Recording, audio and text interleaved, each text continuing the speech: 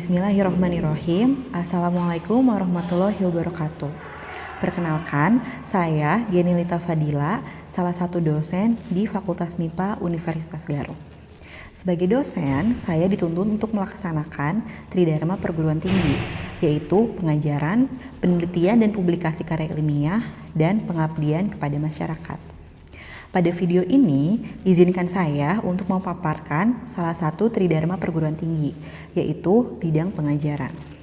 Pada bidang pengajaran, saya diamanahi untuk mengampu mata kuliah pada semester ganjil maupun semester genap. Pada semester ganjil, saya diamanahi untuk mengampu mata kuliah Farmakologi 1 sebanyak 3 SKS, Farmasi Rumah Sakit sebanyak 2 SKS, Anatomi Fisiologi Manusia sebanyak 2 SKS, dan Praktikum Anatomi Fisiologi Manusia sebanyak 1 SKS. Pada semester genap, saya diamanahi untuk mengampu mata kuliah Farmakologi 2 sebanyak 3 SKS, Farmakoterapi sebanyak 2 SKS, Kimia Klinik sebanyak 2 SKS.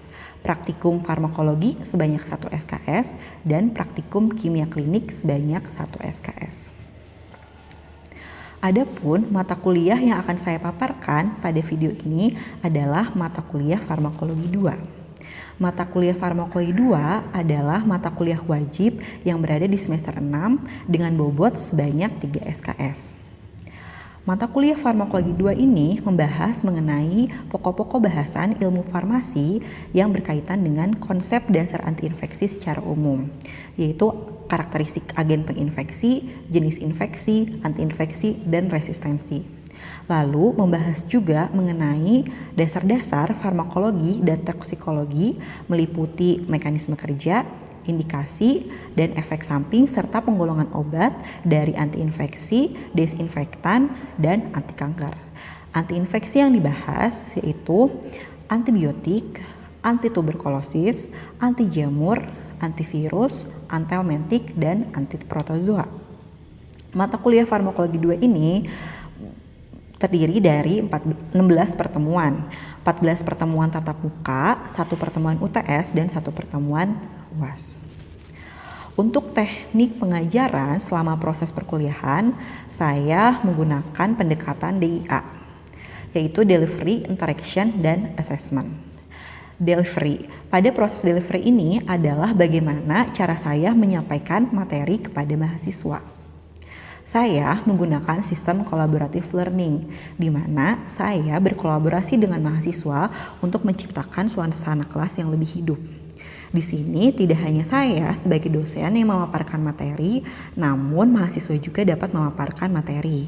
Contohnya seperti menjawab pertanyaan dari tugas yang diberikan atau melalui presentasi. Yang dengan adanya sistem SCL ini diharapkan mahasiswa dapat lebih berperan aktif dan mencapai hasil perkuliahan yang lebih maksimal. Yang kedua adalah interaction. Bagaimana cara saya berinteraksi dengan mahasiswa? Untuk berinteraksi dengan mahasiswa ini, saya membuka kesempatan untuk berinteraksi selama proses perkuliahan dan juga di luar proses perkuliahan. Selama proses perkuliahan, saya mendorong mahasiswa untuk dapat berperan aktif, sehingga tercipta komunikasi dua arah. Saya memberikan kesempatan untuk mahasiswa bertanya, atau menjawab pertanyaan, atau memberikan sanggahan atau pernyataan terhadap materi-materi yang berkaitan dengan perkuliahan. Atau bisa juga saya menunjuk mahasiswa untuk menjawab pertanyaan. Yang ketiga adalah assessment. Bagaimana cara saya menilai dan mengevaluasi mahasiswa selama proses perkuliahan. Pada awal perkuliahan, di dalam kontrak perkuliahan, saya selalu menyampaikan komponen dan persentase penilaian kepada mahasiswa, yaitu untuk kehadiran sebanyak 10%, untuk sikap atau tugas atau kuis sebanyak 20%, untuk UTS sebanyak 35%, untuk UAS sebanyak 35%. Penilaian ini dapat dilakukan dalam bentuk tes dan non-tes. Untuk bentuk tes diambil dari UTS, UAS, dan kuis. Sedangkan untuk non-tes diambil dari keaktifan atau sikap selama proses perkuliahan dan juga tugas yang telah diberikan. Demikian paparan yang bisa saya sampaikan mengenai mata kuliah farmakologi 2. Semoga dapat memberikan manfaat kepada saya sebagai dosen dan juga kepada mahasiswa. Untuk melihat proses perkuliahan lebih lengkapnya, dapat dilihat pada video berikutnya. Terima kasih. Wassalamualaikum warahmatullahi wabarakatuh. Oke, selamat siang semuanya. Assalamualaikum warahmatullahi wabarakatuh. Waalaikumsalam warahmatullahi wabarakatuh. Ya, hari ini kita berjumpa lagi ya di mata kuliah farmakologi 2 pada pertemuan ketiga. Hari ini saya akan melanjutkan membahas materi mengenai antibiotik penghambat sintesis dinding sel. Tapi sebelum saya melanjutkan materi mengenai antibiotik penghambat sintesis dinding sel ini, mari kita sama-sama review dulu materi kita minggu lalu ya, mengenai konsep dasar antiinfeksi secara umum. Ya, kita lihat ya apa saja yang harus kita review. Nah, yang pertama, apa itu toksisitas selektif? Untuk yang mau menjawab silahkan acungkan tangannya ya. Ya, silahkan Tami. Toksisitas selektif itu adalah di mana antibiotik itu toksik terhadap mikrobanya, tetapi tidak toksik kepada tuan rumahnya atau mikrobanya. Oke, betul ya. Terima kasih Tami. Yang selanjutnya, yang kedua adalah coba sebutkan klasifikasi antibiotik berdasarkan cara kerjanya ada apa aja. Silahkan yang mau menjawab. Ya, silahkan Sepsina. Ada bakteriosid sama bakteriostatik. Kalau bakteriosid itu hanya dapat membunuh secara langsung, sedangkan kalau bakteriosid itu hanya dapat menghambat mikroorganismenya saja.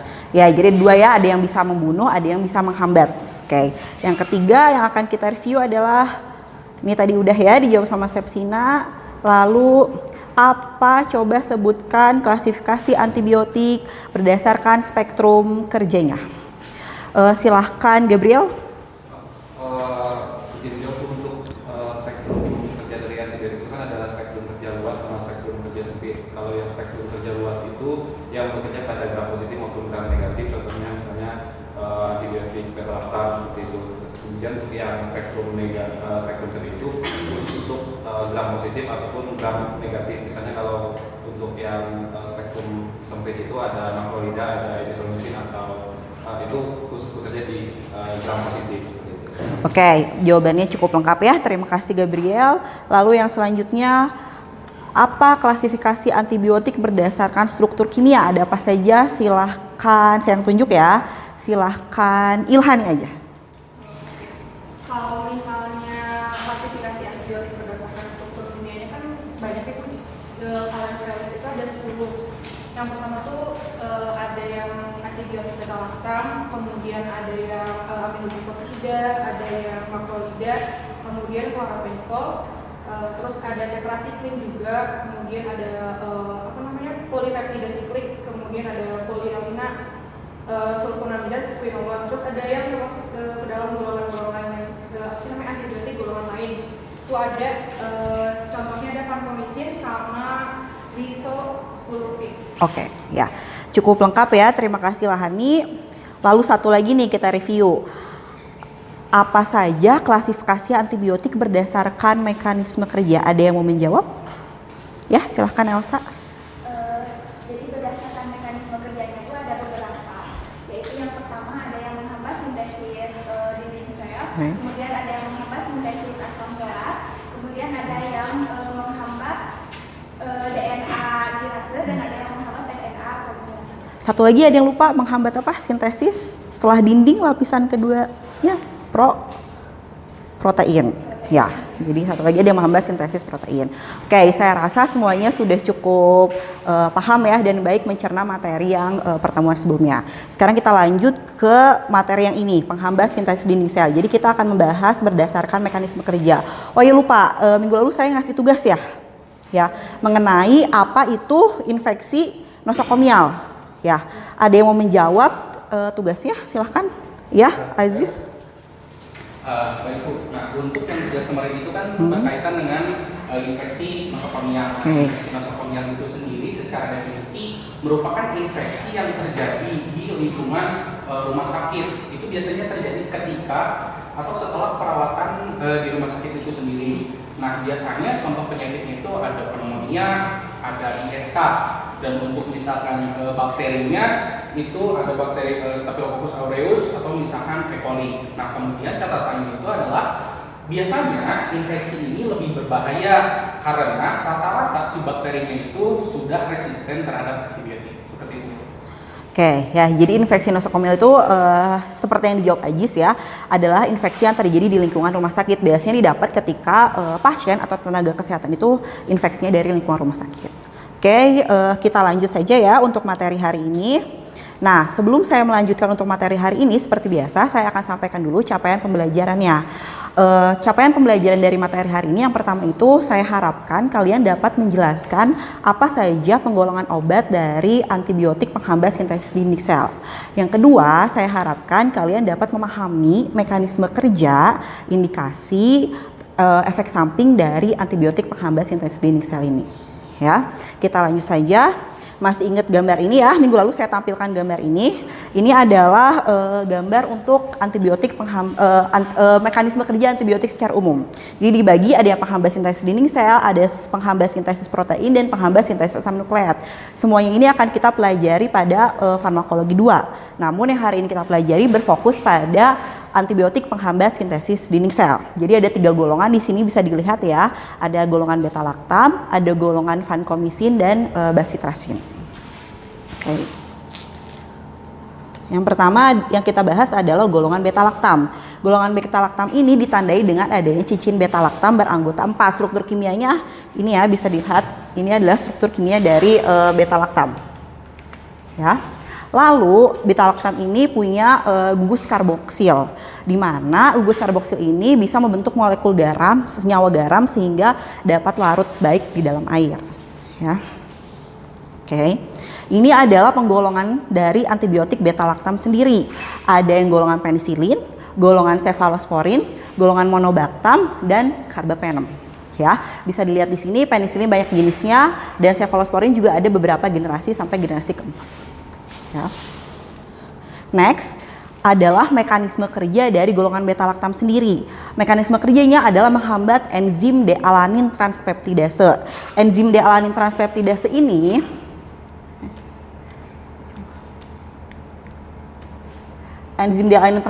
ini adalah suatu enzim yang bisa enzim untuk menggabungkan satu peptidoglikan dengan peptidoglikan lainnya. Nanti kita lihat dulu gambarnya deh supaya nggak bingung ya. Nah, ini adalah bakteri ya, struktur bakteri. Ini ada yang gram negatif, ini adalah gram positif. Terdiri dari beberapa peptidoglikan ya. Kalau untuk gram positif peptidoglikannya tebal, kalau gram negatif biasanya hanya satu lapis saja. Nah, untuk antibiotik golongan beta laktam ini dia kerjanya adalah menghambat di sini nih. Nih, di oligopeptidanya. Jadi dia menghambat enzim D-alanin transpeptidase. Enzim D-alanin transpeptidase itu berfungsi untuk menggabungkan satu lapis peptidoglikan dengan peptidoglikan lainnya. Beta laktam itu kerjanya di sini. Jadi dia menghambat penggabungan antara satu lapisan peptidoglikan dengan peptidoglikan muncul ya. Dengan peptidoglikan lainnya. Tuh, sehingga tidak akan terbentuk tuh satu lapisan peptidoglikan bakteri. Sehingga nanti bakterinya ya akan kolaps gitu ya. Tidak bisa menyerang inangnya. Nah, sedangkan kalau yang NAG sama NAM ini juga sama, itu merupakan struktur dari peptidoglikannya. NAG dan NAM ini adalah 2 molekul gula. Tapi kalau NAG dan NAM ini gabungan ini, jadi satu peptidoglikan ini terdirinya dari NAG, NAM, NAG, NAM. Ya, bisa dilihat NAM itu yang warnanya ungu tua, kalau NAG itu yang warnanya ungu muda. Ya, untuk beta laktam kerjanya hanya di sini, mengganggu ikatan antara satu lapisan peptidoglikan dengan lapisan peptidoglikan lainnya. Seperti itu. Paham sampai sini? Oke, kita lanjutkan lagi ya. Nah, untuk karakteristik dari beta laktam sendiri, ini sifatnya bakterisidal, ya, jadi membunuh. Lalu toksisitasnya kecil, spektrumnya luas, bisa bekerja di gram negatif dan gram positif. Lalu dia kemungkinan muncul reaksi alergi karena adanya beta laktam. Ya, oke, kita lanjut aja ya. Oke, nah ini adalah salah satu antibiotik yang termasuk golongan beta laktam. Ada penisilin. Penisilin ini ditemukannya oleh Alexander Fleming pada tahun 1982 dari isolasi jamur Penicillium. Struktur kimianya terdiri dari satu cincin thiazolin amida siklik, satu cincin beta laktam, dan ada rangka molekul yang merupakan turunan asam amino sistein valin. Ya, ini adalah gambar strukturnya. Nah. Ya, ini adalah gambar struktur dari penisilin. Ya. Nah, apa saja efek samping dari penisilin? Efek sampingnya ini bermacam-macam, ya. Yang pertama bisa menyebabkan hipersensitivitas, alergi gitu ya. Bisa menyebabkan neurotoksik dan gangguan gastrointestinal ketika digunakan pada dosis yang tinggi dan terus-menerus. Lalu bisa menyebabkan sampai alerginya shock anafilaktik, ya, aritmia dan juga udem. Nah, penisilin ini bisa terjadi resistensi. Bagaimana cara terjadinya resistensi? Yang pertama adalah inaktivasi dengan adanya beta-laktamase atau penisilinase. Beta-laktamase itu adalah suatu enzim yang bisa merusak struktur CN pada cincin beta-laktam, sehingga antibiotik beta-laktamnya menjadi kurang aktif bahkan inaktif. Lalu yang kedua caranya adalah dengan perubahan target protein binding penisilinnya. Yang ketiga adalah dengan cara penetrasi antibiotik menuju target kerjanya dihambat dengan perubahan lapisan permeabelnya. Ya. Oke, ini penisilin ada yang didapatkan dari alam, penisilin alam, ada juga yang semi sintetik. Ya, untuk yang penisilin alam ini biasanya absorpsi oralnya lebih buruk, spektrumnya sempit, tidak tahan beta-laktamase, waktu paruhnya cukup singkat, ya. Ikatan dengan proteinnya sekitar 45%, ekskresi urinnya 50-70% dan difeses 2%, lalu untuk metabolismenya sekitar 30-50%. Sedangkan untuk penisilin yang semi sintetik, ini contohnya ada penisilin oral, ada penisilin tahan penisilinase, ada penisilin yang spektrum luas, penisilin kerja panjang, dan penisilin anti pseudomonas. Jadi sangat banyak sekali jenis-jenis obat yang termasuk golongan penisilin. Ya. Nah, ini adalah salah satu contoh perbandingan farmakokinetik dari beberapa golongan penisilin. Ya, nanti bisa dilihat sendiri. Oke, saya lanjut dulu. Yang kedua, yang termasuk dalam golongan beta-laktam itu adalah cefalosporin. Ya, ini diisolasinya dari Cephalosporium acremonium tahun 1948 oleh Brodzuk. Diperolehnya dari tanah pantai Sardinia. Struktur kimianya itu sama persis dengan penisilin tadi. Ya, bisa dilihat ya, ada cincin beta-laktamnya sama persis. Nah, karakteristik dari cefalosporin ini, dia punya ketahanan yang lebih baik terhadap penisilinase dibandingkan golongan beta-laktam. Ya. Lalu dapat mudah menembus plasenta, ya. Penetrasinya juga baik ke area tulang, sendi, perikardium, dan cairan pleura. Untuk mekanisme kerjanya sama persis seperti penisilin karena dia masih satu golongan beta-laktam. Jadi mekanisme kerjanya sama seperti golongan beta-laktam. Ya. Nah, untuk efek samping dari cefalosporin ini sama paling sering menyebabkan reaksi alergi, ya, bahkan bisa sampai shock anafilaksis, lalu bisa menyebabkan gangguan gastrointestinal, bisa menyebabkan superinfeksi itu untuk pasien-pasien yang punya imunitasnya rendah. Ya, dan bisa juga terjadi nefrotoksik maupun neurotoksik, tapi itu jarang terjadi, hanya pada dosis tinggi saja. Nah, untuk klasifikasinya cefalosporin ini dibagi menjadi 5 generasi, sekarang sudah 5 generasi ya. Contoh-contohnya bisa dilihat di slide, ya, nanti bisa dilihat. Oke. Ini untuk perbandingan farmakokinetiknya antara satu generasi dengan generasi lainnya di penisilin. Di cefalosporin, sorry. Ya, bisa dilihat sendiri juga.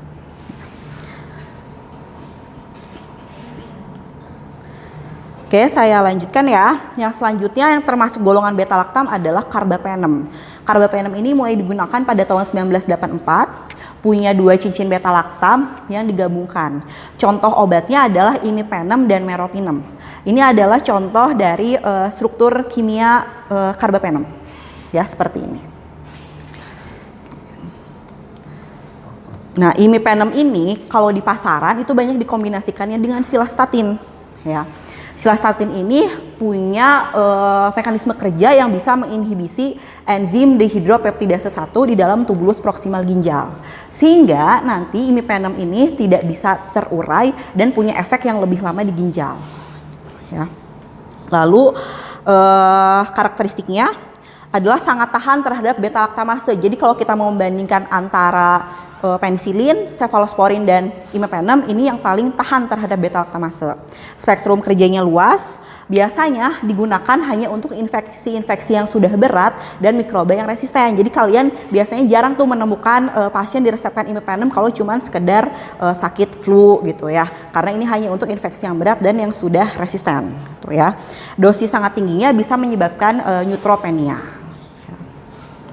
Lalu masih golongan carbapenem, ini meropenem, secara klinis indikasinya sama dengan imipenem, tapi bedanya dia tidak sensitif terhadap renal peptidase. Jadi ketahanan di ginjalnya tidak akan lama. Ya. Golongan yang selanjutnya adalah monobaktam. Ini adalah senyawa monosiklik beta-laktam yang diisolasi dari Chromobacterium violaceum. Ya, biasanya digunakan untuk pasien gram negatif yang alergi golongan penisilin. Contoh obatnya adalah aztreonam. Ya. Oke, ini juga tahan terhadap beta-laktamase. Strukturnya seperti ini. Ya. Kayak sampai sini bisa dipahami? Oke, kita lanjut ke yang kedua ya. Yang termasuk penghambat sintesa dinding sel, yaitu antibiotik golongan vancomycin. Ini adalah antibiotik yang punya sifat bakterisid, ya, yang tidak bisa diabsorpsi secara oral. Jadi kalian tidak akan menemukan obat ini dalam bentuk sediaan oral di pasaran, ya. Vancomycin ini biasanya penting untuk terapi pada pasien-pasien sepsis, ya, atau endokarditis akibat strain Staphylococcus aureus yang resisten methicillin, ya. Nah, untuk mekanisme kerjanya, vancomycin ini bekerja lebih awal dibandingkan golongan beta-laktam. Kalau misalnya tadi beta-laktam itu kerjanya menghambat penggabungan satu lapisan peptidoglikan dengan peptidoglikan lainnya di oligopeptida, kalau vancomycin ini kerjanya menghambat, yang pertama dia bekerja menghambat penggabungan antara NAG dengan NAM, ya. NAG dengan NAM itu adalah molekul yang menjadi satu lapisan peptidoglikan nantinya. Nah, vancomycin ini menghambat NAG dengan NAM bergabung untuk membentuk satu lapisan peptidoglikan, atau namanya adalah proses transglikosilasi. Nah, yang kedua, vancomycin juga bisa bekerja menghambat tadi lapisan satu peptidoglikan dengan peptidoglikan lainnya, jadi menghambat di oligopeptidanya yang disebut prosesnya adalah transpeptidasi. Jadi vancomycin ini kerjanya di dua proses, transglikosilasi dan transpeptidasi. Tuh ya, paham sampai sini ya? Oke. Nah, lalu karena tadi golongan beta-laktam ini golongan beta-laktam ini tadi bisa resisten dengan adanya enzim beta-laktamase, maka ditemukanlah suatu cara supaya golongan beta-laktam ini bisa tetap efektif. Bisa dengan cara adalah penambahan suatu senyawa yang bisa menghambat enzim beta-laktamase tadi. Ya, apa saja senyawanya? Bisa avibactam, bisa asam clavulanat, bisa sulbactam, dan bisa tazobactam. Mekanisme kerjanya, si penghambat beta-laktamase ini dia akan menghambat sisi aktif dari enzim beta-laktamase, sehingga nanti enzim beta-laktamasenya menjadi inaktif dan tidak bisa merusak ikatan ya cincin dari struktur beta-laktamnya tadi, sehingga nanti antibiotik golongan beta-laktam itu masih tetap bisa digunakan dan menghasilkan efektivitas yang diharapkan. Ya, sampai sini ada yang mau ditanyakan? Ya, silahkan Kinan.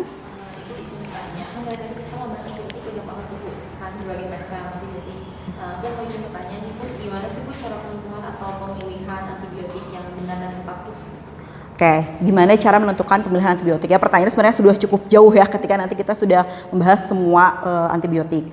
Nah, gini, untuk pemilihan antibiotik ini sebenarnya antibiotik itu terapinya ada yang disebut terapi empiris, ada yang disebut terapi definitif. Kalau terapi empiris itu biasanya penggunaan antibiotik tidak berdasarkan hasil kultur bakteri.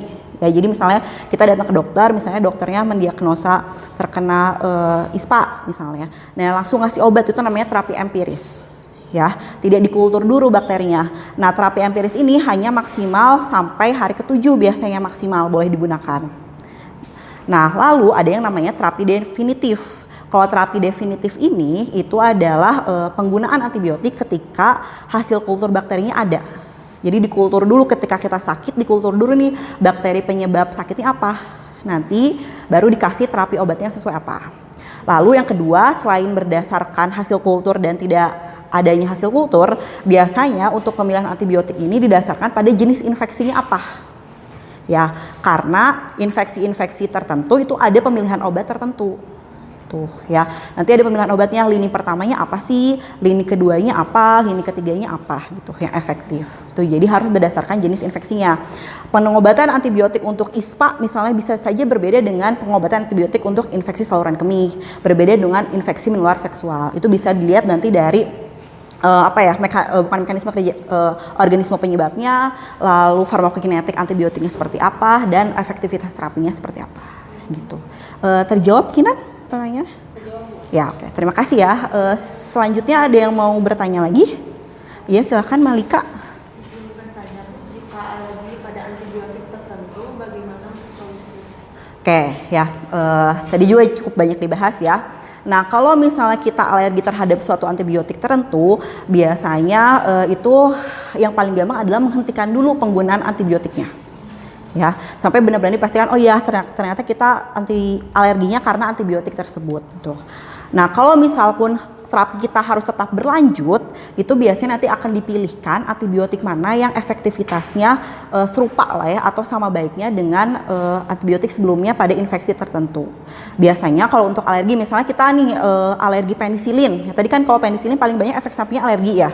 Alergi penisilin biasanya dihindarkan dulu nih penggunaan antibiotik yang segolongan atau turunannya. Jadi misalnya kalau alergi penisilin tidak menggunakan cefalosporin dulu. Nanti dipilihkan antibiotik golongan lain yang tidak seturunan untuk pasien tersebut. Tuh, supaya tidak timbul gejala alerginya. Tapi tadi balik lagi disesuaikan sama jenis infeksinya apa. Gitu. Ya. Terjawab Malika? Oke, terima kasih ya. Oke, ada yang mau ditanyakan lagi? Oke. Sudah cukup paham ya, nanti jangan lupa dibaca lagi materinya. Seperti biasa, minggu depan kita pasti akan ada review materi untuk minggu ini. Ya, sebelum saya tutup, ini ada tugas individu ya tugasnya. Ini ada sebuah kasus, di mana kasusnya itu adalah Anda seorang apoteker di suatu rumah sakit. Suatu hari, Dokter Adin menanyakan kepada Anda mengenai pemilihan antibiotik untuk pasiennya Nyonya Bunga dengan menunjukkan hasil uji sensitivitas antibiotik. Diketahui pasien itu terinfeksinya bakteri gram negatif dan punya riwayat alergi penisilin. Ini adalah data hasil uji sensitivitasnya. Pertanyaannya adalah silahkan kalian pilih salah satu antibiotik yang akan Anda sarankan kepada Dokter Adin berdasarkan hasil lab tersebut ya, berdasarkan hasil uji sensitivitas dan disesuaikan dengan kondisi pasiennya. Lalu jelaskan alasannya apa. Ya. Ada yang mau ditanyakan perihal tugasnya? Terkait tugasnya ada yang bertanyakan? Sudah cukup jelas? Ya.